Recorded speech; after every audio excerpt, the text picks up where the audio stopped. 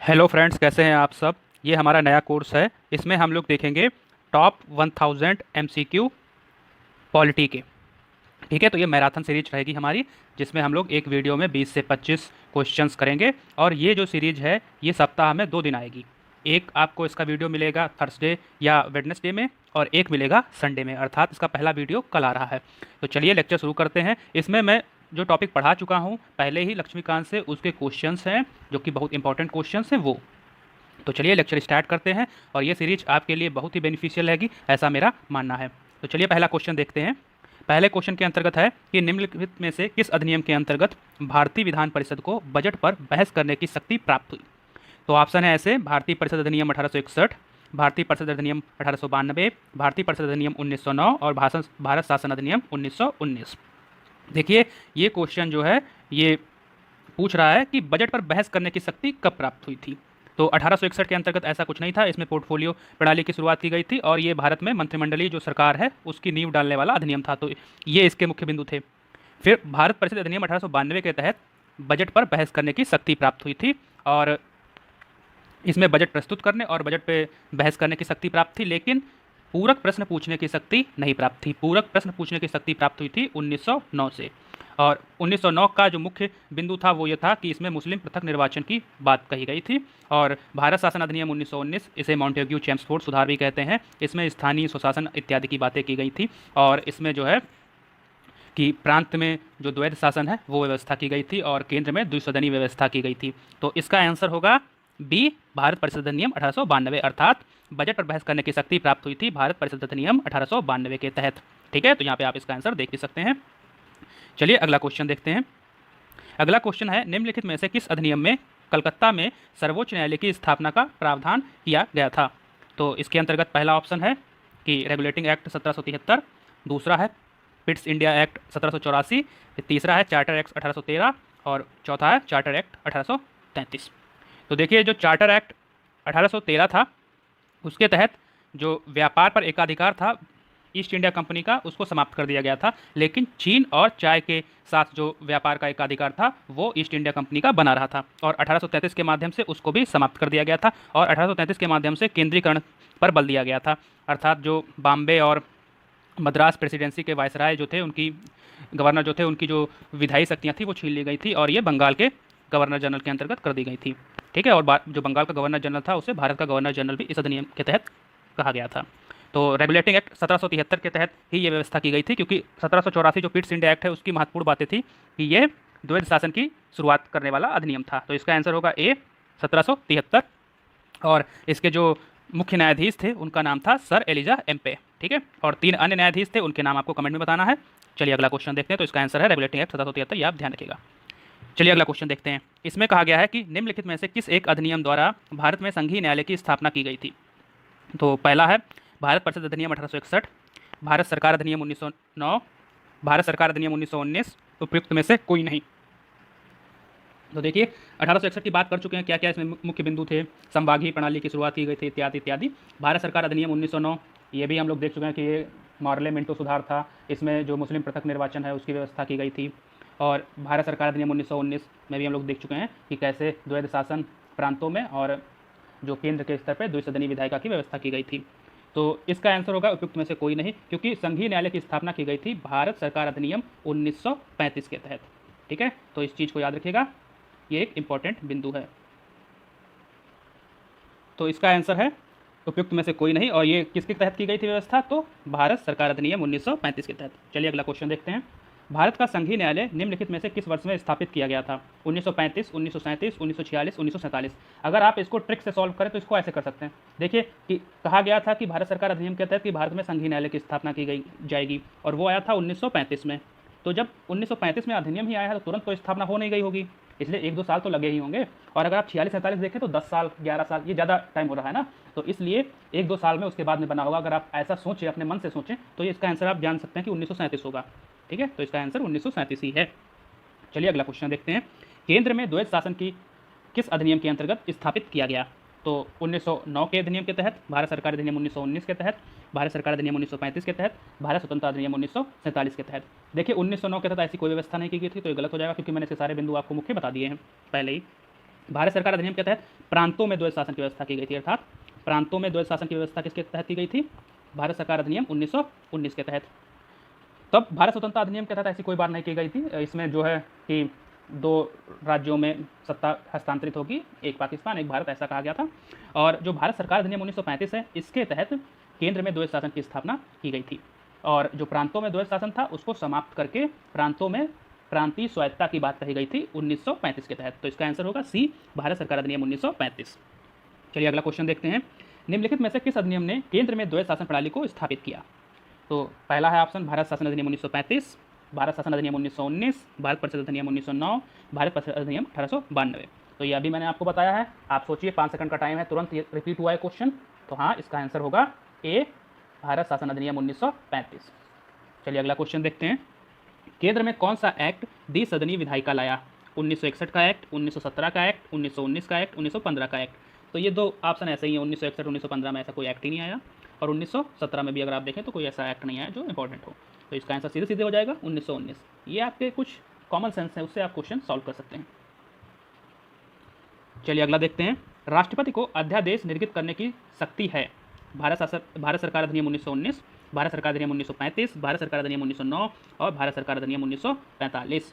तो अगर ये आप देखेंगे तो ये मैं पहले ही बता चुका हूँ। यहाँ पे राष्ट्रपति को अगर ना लें तो आप गवर्नर जनरल या वायसराय को ले सकते हैं। तो इसका आंसर होगा डी, भारत सरकार अधिनियम 1935, क्योंकि भारत सरकार अधिनियम में ऐसी कोई बात नहीं थी। और 1909 में तो जानते हैं मुस्लिम पृथक निर्वाचन की बात ही मेन थी और कुछ तो था ही नहीं इसमें ज़्यादा। और भारत सरकार अधिनियम 1947 में भी कोई ऐसी बात नहीं थी। तो भारत सरकार अधिनियम 1935 ही इसका आंसर होगा। अगर आप इस क्वेश्चन को अगर ट्रिक से सॉल्व करें तो ऐसा कर सकते हैं कि मैंने आपको बताया था ना कि जो स्रोत है जहाँ से हमारे संविधान में मुख्य मुख्य बातें ली गई हैं, जैसे अमेरिका हो गया, इंग्लैंड हो गया, जर्मनी हो गया, इनके संविधानों से, तो उसमें एक ये भी था कि भारत सरकार अधिनियम 1935 के तहत भी बहुत चीज़ें ली गई थी। तो अगर आप उसको ध्यान दें तो आप इजीली, अगर आप थोड़ा सा दिमाग लगा के गैस वर्क भी करें, लेकिन ये कैलकुलेटेड गैस इसे कहते हैं, तो इसका आंसर भी आपको पता हो जाना चाहिए था, भारत सरकार अधिनियम 1935। चलिए अगला क्वेश्चन देखते हैं। किस अधिनियम ने भारतवासियों को अपने देश के प्रशासन में कुछ हिस्सा लेना संभव बनाया? पहला चार्टर एक्ट 1833, दूसरा चार्टर एक्ट 1853, तीसरा गवर्नमेंट ऑफ इंडिया एक्ट 1858 और उसके बाद में इंडियन काउंसिल एक्ट 1861। तो इसका सीधे सीधे जवाब है चार्टर एक्ट 1833। ठीक है, तो आप जब देखेंगे चार्टर एक्ट 1833 को तो उसमें कुछ ऐसी बातें कही गई थी जिससे कि जो देश का प्रशासन है उसमें कुछ हिस्सा भारतीयों के लिए भी आया, उनके हिस्से में भी आया। ठीक है, तो अगर आप चार्टर एक्ट 1833 देखेंगे तो उसमें कहा गया था कि कंपनी में भारतीयों को किसी पद या कार्यालय या रोजगार हासिल करने से वंचित नहीं किया जाएगा। ठीक है, लेकिन अगर देखें तो फिर कोर्ट ऑफ डायरेक्टर्स ने इसका विरोध किया और इस प्रावधान को समाप्त कर दिया गया था। तो इस तरीके से देखें तो इससे कुछ हासिल नहीं हुआ, लेकिन कुछ हिस्सा लेना संभव जिस अधिनियम ने बनाया वो चार्टर एक्ट 1833 था। चलिए अगला क्वेश्चन देखते हैं। भारत के संविधान में केंद्र और राज्यों के बीच किया गया शक्तियों का विभाजन इनमें से किसमें उल्लिखित योजना पर आधारित है? पहला मार्ले मिंटो सुधार 1909, दूसरा मॉन्टेग्यू चेम्सफोर्ड अधिनियम 1919, तीसरा भारत सरकार अधिनियम 1935 और चौथा भारतीय स्वतंत्रता अधिनियम 1947। तो इस पर अगर ध्यान दें, अगर एलिमिनेशन मेथड लगाएं तो 1947 तो ऐसी कोई बात ही नहीं कही गई थी, तो इसको हम ऐसे काट सकते हैं।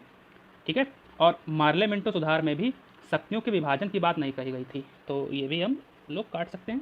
अब शक्तियों का विभाजन होगा कैसे? शक्तियों का विभाजन होगा सूचियों के आधार पे कि आप जो संघ सूची है उस पर केवल केंद्र बना सकता है कानून, राज्य सूची है उस पर केवल राज्य बना सकता है, समवर्ती सूची है उस पर दो बना सकते हैं और अवशिष्ट शक्तियाँ केंद्र को दी जाएंगी। तो इस तरीके से शक्तियों का विभाजन किस अधिनियम के तहत किया गया था? तो वो 1935 के अधिनियम के तहत किया गया था और मॉन्टेग्यू चेम्सफोर्ड अधिनियम 1919 के तहत विषयों को दो भागों में विभाजित किया गया था, हस्तांतरित विषय और आरक्षित विषय। ठीक है, चलिए अगला क्वेश्चन देखते हैं। इसका तो आंसर होगा सी, भारत सरकार अधिनियम 1935। एक संघीय व्यवस्था और केंद्र में द्वैध शासन भारत में लागू किया गया था। फिर से रिपीट क्वेश्चन है, आप इसको बताइए। ऑप्शन है ऐसे 1909 के अधिनियम के द्वारा, 1935 के अधिनियम के द्वारा, 1919 के अधिनियम के द्वारा, उपयुक्त में से कोई नहीं। तो हाँ, आप सही सोच रहे हैं बिल्कुल। इसका आंसर होगा सी, 1935 के अधिनियम के द्वारा, क्योंकि राज्य में द्वैध शासन आया था 1919 के अधिनियम के द्वारा और केंद्र में द्वैध शासन आया था 1935 के अधिनियम के द्वारा। और इसमें एक संघीय व्यवस्था की बात कही गई थी, जबकि जो संघ बनना था वो ब्रिटिश जो भारत था उसके प्रांतों से साथ ही साथ जो देसी रियासतें थे उनके को मिलाकर एक संघ बनना था, जो कि अस्तित्व में नहीं आ सका, लेकिन ऐसी बात कही गई थी 1935 के अधिनियम के द्वारा। तो इसे आप याद रखिएगा। तो इसका आंसर होगा 1935 के अधिनियम के द्वारा सी। चलिए अगला क्वेश्चन देखते हैं। अखिल भारतीय महासंघ स्थापित करने का प्रावधान शामिल किया गया था। भारत सरकार अधिनियम 1935 में, अगस्त प्रस्ताव 1940 में, भारत सरकार अधिनियम 1919 में, कैबिनेट मिशन प्रस्ताव 1946 में। तो रिपीट क्वेश्चन है, अखिल भारतीय महासंघ की बात मैंने आपसे पहले ही कही है, संघीय व्यवस्था मतलब, तो वो इसका आंसर होगा ए, भारत सरकार अधिनियम 1935 के तहत। तो इसमें आपको कुछ बताने की जरूरत है नहीं, ठीक है। आप जो है होमवर्क आपके लिए ये है कि आप अगस्त प्रस्ताव 1940 और कैबिनेट मिशन 1946 पढ़िएगा, और फिर मैं जब हिस्ट्री शुरू करूँगा तब मैं आपको अच्छे से पढ़ाऊँगा भी, और शॉर्ट में पढ़ाऊँगा। तो लेकिन तब तक के लिए आप इन दोनों के बारे में थोड़ा थोड़ा सा पढ़ लीजिएगा। कोई भी एग्जाम है तो इसमें ये इंपॉर्टेंट होता है ना, क्योंकि मॉडर्न जो हिस्ट्री है वो बहुत ही इंपॉर्टेंट है, और उसमें भी राष्ट्रीय आंदोलन तो बहुत ही ज़्यादा इंपॉर्टेंट है। तो इन चीज़ों को जहाँ भी समय मिले तुरंत देख लीजिए, लूसेंट में देख लीजिए, अगर आप वनडे एग्जाम की तैयारी कर रहे हैं, यूपीएससी की तैयारी कर रहे हैं, तो आप स्पेक्ट्रम या बिपिन चंद्रा में देख लीजिए, या जो एनसीईआरटी मैंने आपको बताई थी पुरानी वाली, उसमें देख लीजिए, किसी में भी मिल जाएगा ये। तो इसका आंसर है भारत सरकार अधिनियम 1935। चलिए आगे देखते हैं। अगला क्वेश्चन है, निम्नलिखित में से किस एक अधिनियम में भारत में संघीय शासन की व्यवस्था की गई थी। तो ये रिपीट क्वेश्चन है फिर से, इसमें आप इतना परेशान मत होइएगा कि एक ही क्वेश्चन को 2-3 तरीके से पूछा गया है, और ये जो स्लाइड बनाई है उसने ध्यान नहीं दिया और रिपीट कर दिया क्वेश्चन। तो इसमें कोई आपको परेशानी नहीं होनी चाहिए कि आपका रिवीजन ही हो रहा है, 3 बार मान लीजिए रिवीजन हो गया एक क्वेश्चन का। तो इसका आंसर होगा भारत सरकार अधिनियम 1935। मुझे बस बताने की कोई आवश्यकता नहीं है, क्योंकि मैं 2-3 बार इसको बता ही चुका हूँ। चलिए अगला देखते हैं। 1935 के अधिनियम द्वारा स्थापित संघ में जो अवशिष्ट शक्तियाँ हैं वो किसको दी गई थी? अवशेष शक्तियाँ या अवशिष्ट शक्तियाँ किसको दी गई थी? संघीय विधान पालिका को, प्रांतीय विधानमंडल को, गवर्नर जनरल को, या प्रांतीय गवर्नरों को? तो उस समय जो सुप्रीम अथॉरिटी थी वो थी गवर्नर जनरल, तो इसलिए जो है उस समय अवशिष्ट शक्तियाँ गवर्नर जनरल को ही दे दी गई थी। लेकिन अगर हमारे संविधान की बात की जाए, भारतीय संविधान की बात की जाए, तो उसमें अवशिष्ट शक्तियाँ जो है वो संघ को प्राप्त हैं। और अभी एक चीज़ मैं आपको बताने जा रहा हूँ, बहुत इंपॉर्टेंट है। जैसे जो डिजास्टर मैनेजमेंट है, आपदा प्रबंधन है, वो अवशिष्ट शक्ति के अंतर्गत ही आता है। अर्थात जो ये डिजास्टर मैनेजमेंट एक्ट संघ ने पारित किया है वो अवशिष्ट शक्तियों का उपयोग करके ही पारित किया है। तो ये कोविड-19 के संदर्भ में डिजास्टर मैनेजमेंट एक्ट बहुत ही इंपॉर्टेंट है ना, तो याद रखिएगा कि डिजास्टर मैनेजमेंट भारतीय संविधान में अवशिष्ट सूची में शामिल है, ठीक है। तो एक मैंने और भी इंपॉर्टेंट क्वेश्चन आपको बता दिया है एग्जाम पॉइंट ऑफ व्यू से। चलिए अगला देखते हैं। 1935 का गवर्नमेंट ऑफ इंडिया एक्ट क्यों महत्वपूर्ण है या भारतीय संविधान का प्रमुख स्रोत है? इसके द्वारा भारत को स्वतंत्रता मिली, इसमें भारत विभाजन उल्लिखित है, इसके द्वारा रियासतें समाप्त हुई। तो अगर आप देखें तो ये भारत को स्वतंत्रता मिली, तो ये आपको पता ही होगा 1947 का अधिनियम था, तो बी को आप काट सकते हैं एलिमिनेशन मेथड से। भारत का विभाजन उल्लिखित था, ऐसा तो कुछ था ही नहीं, इसमें तो एक महासंघ की बात कही गई थी, तो ये भी गलत हो जाता है। इसके द्वारा रियासतें समाप्त हुई, रियासतें तो 1947 तक नहीं समाप्त हुई थी, तो ये भी गलत है। तो इसलिए इसका आंसर होगा ए, क्योंकि ये भारतीय संविधान का प्रमुख स्रोत भी है। और इसके क्या क्या जो बातें हैं वो भारतीय संविधान में ली गई हैं, ये आप मुझको कमेंट करके बताएंगे, ठीक है। और मैंने इस पर वीडियो भी बनाया, आप देखिएगा, आपको यूजफुल लगेगा। चलिए अगला क्वेश्चन देखते हैं। निम्नलिखित अधिनियमों में से किस अधिनियम के फलस्वरूप बर्मा भारत से अलग हुआ? ये एक इंपॉर्टेंट क्वेश्चन है, इसको इंपॉर्टेंट मार्क कर लीजिए। पहला, Indian council act 1909, government of India act 1919, government of India act 1935, Indian independence act 1947। तो अगर आपको मालूम हो कि बर्मा 1937 में भारत से अलग हुआ था, तब आप गेस करेंगे तो कौन सा गेस करेंगे? मैंने आपको बताया ना कि कोई एक्ट पारित होगा उसके 1-2 साल में इम्प्लीमेंटेशन उसका होता है। तो 1935 के तहत अगर पारित होगा ये कि बर्मा जो है वो भारत से अलग हो जाएगा, तो फिर 1-2 साल लग जाएंगे ना उसको, तो ये 1937 में हो पाएगा अलग। तो इसलिए अगर आप कैलकुलेटेड गैस करें, अगर आपको 1937 मालूम है तो आप ये सी मार्क कर देंगे, और ये सही भी है, ठीक है। तो इसका आंसर होगा सी, गवर्नमेंट ऑफ इंडिया एक्ट 1935। यहाँ पे इसका जो आंसर है ये गलत दिया हुआ है, ये 1935 होगा, ठीक है। तो इसको आप सही कर लीजिएगा, इसका आंसर सी है, यहाँ पे मत ध्यान दीजिएगा, ये 1947 गलत है। अगला क्वेश्चन, वर्ष 1937 के चुनाव में कितने प्रांतों में कांग्रेस का मंत्रिमंडल बना था? 11, 9, 6 और 3।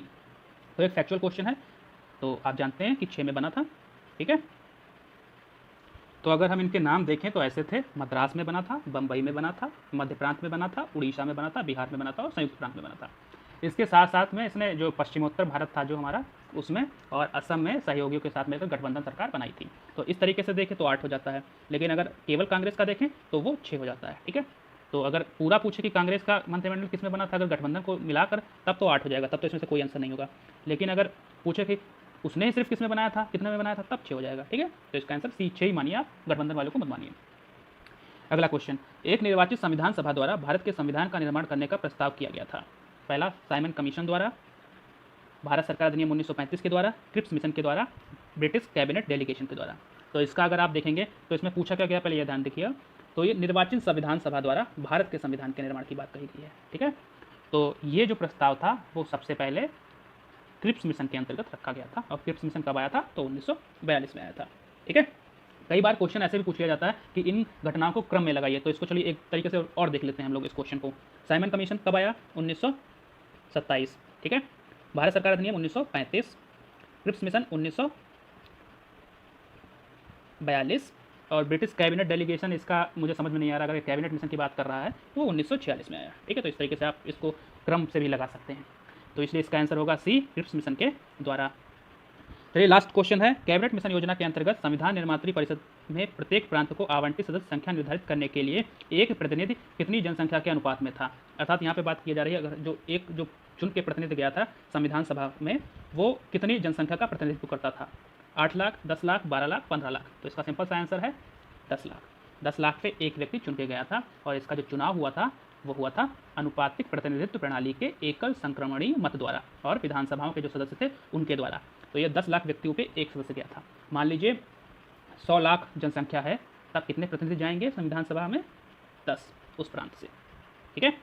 सो इस लेक्चर में इतना ही था। 20 क्वेश्चन हमने बहुत ही डिटेल में देखे हैं और मुझे आशा है कि आपको बहुत अच्छे से समझ में भी आया होगा। तो प्लीज़ इसे शेयर कीजिएगा, लाइक कीजिएगा और कमेंट कीजिएगा, और साथ ही चैनल को सब्सक्राइब भी कीजिएगा, और ये जो है इनिशिएटिव आगे मैं बढ़ाता रहूँगा ऐसे ही। धन्यवाद। Subscribe now and press the bell icon. Never miss an update.